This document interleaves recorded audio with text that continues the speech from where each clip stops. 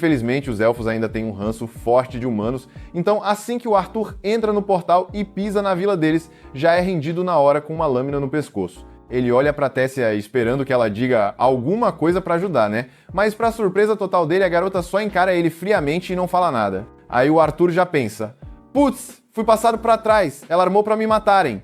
E fica se sentindo um otário por ter acreditado que alguém realmente queria ser amigo dele, ainda mais depois de tantas traições que ele já tomou na vida passada. Os elfos já estavam se preparando para cortar a cabeça dele com a Tessia só assistindo, mas aí do nada ela resolve abrir a boca. Vai entender por que demorou tanto, né? Quando os guardas falam que vão matar o Arthur, ela manda parar. Um dos guardas até tenta insistir, dizendo que ele é perigoso, mas a Tessia defende. Fala que o Arthur é de boa e que na real só conseguiu voltar para casa por causa dele. Só que o guarda nem liga, acha que o Arthur lavou o cérebro dela ou algo assim e ainda quer mandar ele pro saco mesmo assim. Mas aí aparece um cara, todo imponente, e ordena que soltem o moleque. É o Virian, avô da Tessia e ex-rei dos elfos, um cara bem mais sensato. Ele acredita na Tessia quando ela diz que o Arthur salvou ela, e até pede desculpa pro Arthur por ter sido tratado assim, mesmo depois de todo o esforço dele para ajudar. Arthur até fica aliviado por não ir dessa para melhor, mas também fica de cara ao descobrir que a Tessia é uma princesa. Tipo, eles viajaram juntos dias e ela nunca falou nada? Tranquilo, né? Logo depois, os pais dela chegam correndo quando ficam sabendo que a filha voltou. Ela vai direto abraçar os dois, cheia de saudade. Aí o Arthur pensa: se ela é princesa, então os dois são rei e rainha de Eleanor. Só que esses aí não são tão gente boa quanto o Virian. Assim que o pai da Tessia vê o Arthur, já dá um berro perguntando o que um humano imundo tá fazendo no reino dele e já manda os guardas prenderem e executarem o Arthur. Mas ninguém se mexe, porque o Virian já tinha mandado deixarem ele em paz, e todo mundo morre de medo do velho. Virian então reforça que o Arthur salvou a Tessia e merece respeito, não ser tratado como criminoso. A Tessia também exige que o Arthur seja recebido como convidado no castelo. O pai dela até tenta resistir porque humano em castelo de elfo é mó tabu, mas como não quer encarar a filha dando chilique, acaba concordando. Com tudo resolvido, a galera se prepara para ir pro castelo. Mas antes de ir, o Virian chama o Arthur de canto e diz que quer trocar uma ideia com ele mais tarde. Arthur fica meio com o pé atrás, porque sente que o velho é forte pra caramba, mas nem tem tempo de pensar muito, porque a Tessia já puxa ele pra mostrar o lugar. É a primeira vez que ele vê o reino dos elfos e fica de queixo caído, tudo muito diferente dos reinos humanos. Só que o preconceito ainda tá firme, os elfos param tudo o que estão fazendo só pra encarar o Arthur passando com a Tessia. Ninguém fala nada direto pra ofender, já que ele tá ali como convidado real. A única que trata ele bem mesmo é a Tessia. Mas o Arthur ainda tá bolado com o fato dela ter demorado tanto pra defendê-lo. No meio disso tudo, ele sente de novo aquela dor no peito que vem piorando a cada dia. Mas até agora, ele não tem a menor ideia do que está causando isso. Quando chegam no castelo, os empregados da Tessia aparecem para recebê-la, e ela já manda geral tratar o Arthur com respeito, mesmo ele sendo humano. Aí depois disso ela pergunta se ele quer brincar com ela. Mas o Arthur diz que primeiro precisa conversar com os pais dela, afinal, eles devem querer saber o que rolou e como ela voltou. Eles vão para a sala de reuniões, e a Tessia insiste em ir junto, porque não quer ficar de fora. Já que vão bater um papo mais sério, ela sugere trazer uns lanchinhos. Virou quase um chá da tarde. Aí o pai dela se apresenta formalmente. O nome dele é Aldu, e como o Arthur já imaginava, ele é o rei de Eleanor. A mãe se chama Muriel e o avô é o Virian. Arthur se apresenta com humildade, diz que é só um camponês do reino de Sapin e que sabe muito bem que um humano como ele não teria nem chance de pisar em Eleanor, muito menos trocar ideia com a família real, então agradece pela recepção.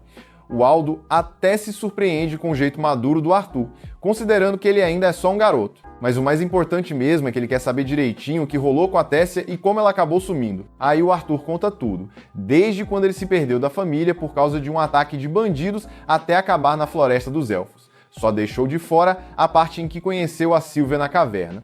Quando chega na parte em que encontrou a Tessia, ele explica que ela estava sendo sequestrada por uns traficantes de escravos. O Alduin fica indignado que humanos ousaram tentar vender a filha dele como escrava. Mas o Arthur já manda a real, que os elfos também já fizeram coisa parecida, então não é exclusividade de humano não. Virian então pergunta como o Arthur conseguiu salvar a Tessia, e ele responde na lata: matou todos os caras. Um dos guardas começa a gritar, dizendo que não tem como uma criança ter feito isso sozinha. Mas o Virian já corta ele na hora, mandando calar a boca se não quiser ser demitido. Arthur estava falando sério, e o Alduin acredita nele. Agora que todo mundo entendeu o que rolou, Arthur aproveita para fazer um pedido. Quer ajuda para voltar para casa. Já tinha dito que ficou preso lá depois do ataque dos bandidos, então só queria uma ajudinha para voltar para o reino dele. Alduin quase explode de raiva. Como assim um humano tá pedindo favor para a realeza élfica? Mas também o moleque salvou a filha dele e ainda levou ela até em casa, né? No mínimo, um favorzinho ele merece. E se ele não ajudar, vai ter que lidar com a Tessia fazendo birra. Então acaba topando. Só que tem um problema. O portal mágico que leva de volta para Sapim tá selado. Só abre de 7 em 7 anos na reunião dos chefes das 3 tribos. A última foi há 2 anos. Então, o próximo portal só rola daqui 5 anos. Arthur já fica agoniado, não quer esperar isso tudo. E o Alduin também não curte a ideia de deixar um humano no reino dos elfos por 5 anos. Então ele diz que vai mandar um grupo escoltar o Arthur até Sapim. Quer que ele vá embora o mais rápido possível, mas como já tá tarde, deixa o Arthur passar a noite lá no castelo. Arthur agradece pela ajuda, mas a dor no peito só piora. E o Virion percebe que tem algo errado com ele. Um tempinho depois, arrumam um quarto pro Arthur no castelo e ele vai tomar um banho. Só que a dor piora cada vez mais. E ele começa a ficar com medo de morrer. Depois do banho, ele vai pra sacada pegar um ar, ver se melhora. Sente uma leve melhora, mas sabe que precisa descobrir logo o que tá causando essa dor antes que dê ruim.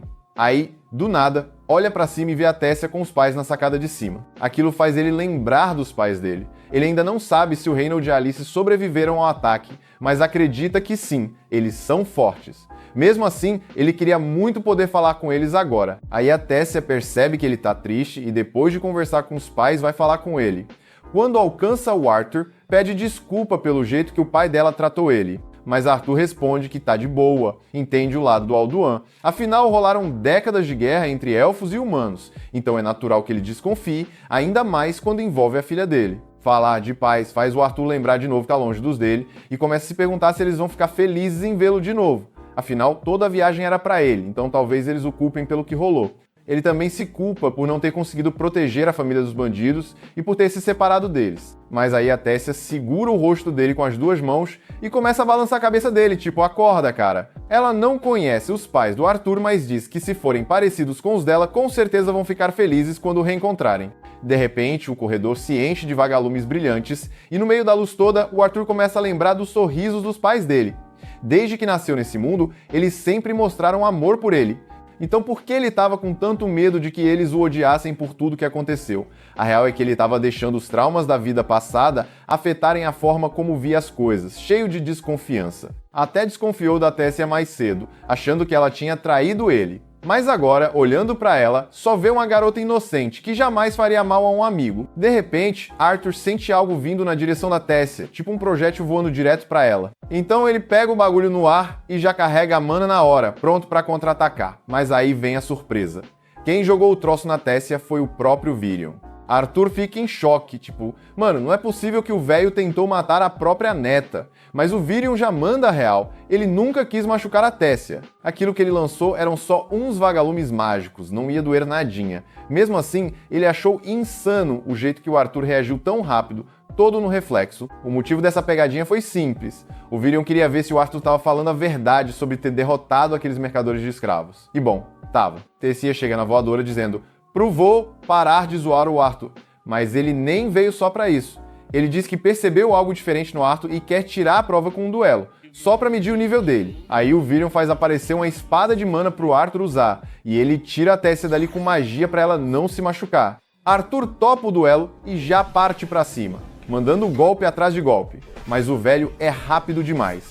Mesmo com o mana impulsionando os movimentos, o Arthur não consegue acompanhar. Quando finalmente acha que tem uma brecha, Virion só dá um tapinha e estoura a espada dele como se fosse de brinquedo. Um pedaço da espada voa na direção da Tessia e o Arthur, sem pensar 2 vezes, joga o que sobrou da espada para desviar o pedaço e proteger ela. Depois disso, ele vai com tudo só com a mana, sem arma nenhuma.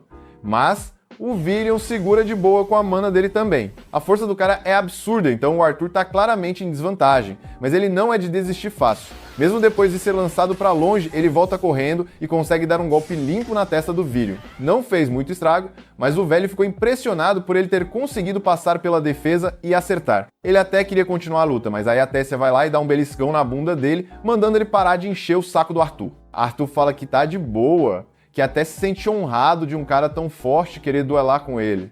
Aí o Virion solta que quer treinar o Arthur. tipo, virar mestre dele mesmo. Arthur fica meio sem reação, achando que era zoeira, mas o velho garante que tá falando sério. Aí pergunta: e aí, vai aceitar ou não? Arthur fica na dúvida, principalmente porque ele ainda nem teve chance de avisar os pais que tá vivo, mas o Virion diz que conhece um jeito de ele falar com os pais agora mesmo. Isso já deixa o Arthur curioso, só que antes de responder, ele sente outra dor forte no peito. E o Virion percebe na hora o que tá rolando. Ele diz que o Arthur herdou a vontade de uma besta mágica. E se ele não aceitar virar discípulo dele, essa vontade vai acabar matando ele.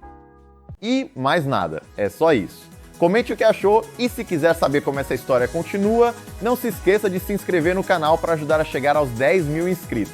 Temos capítulos novos toda semana, eu sou o Felipe Senpai e nos vemos na próxima.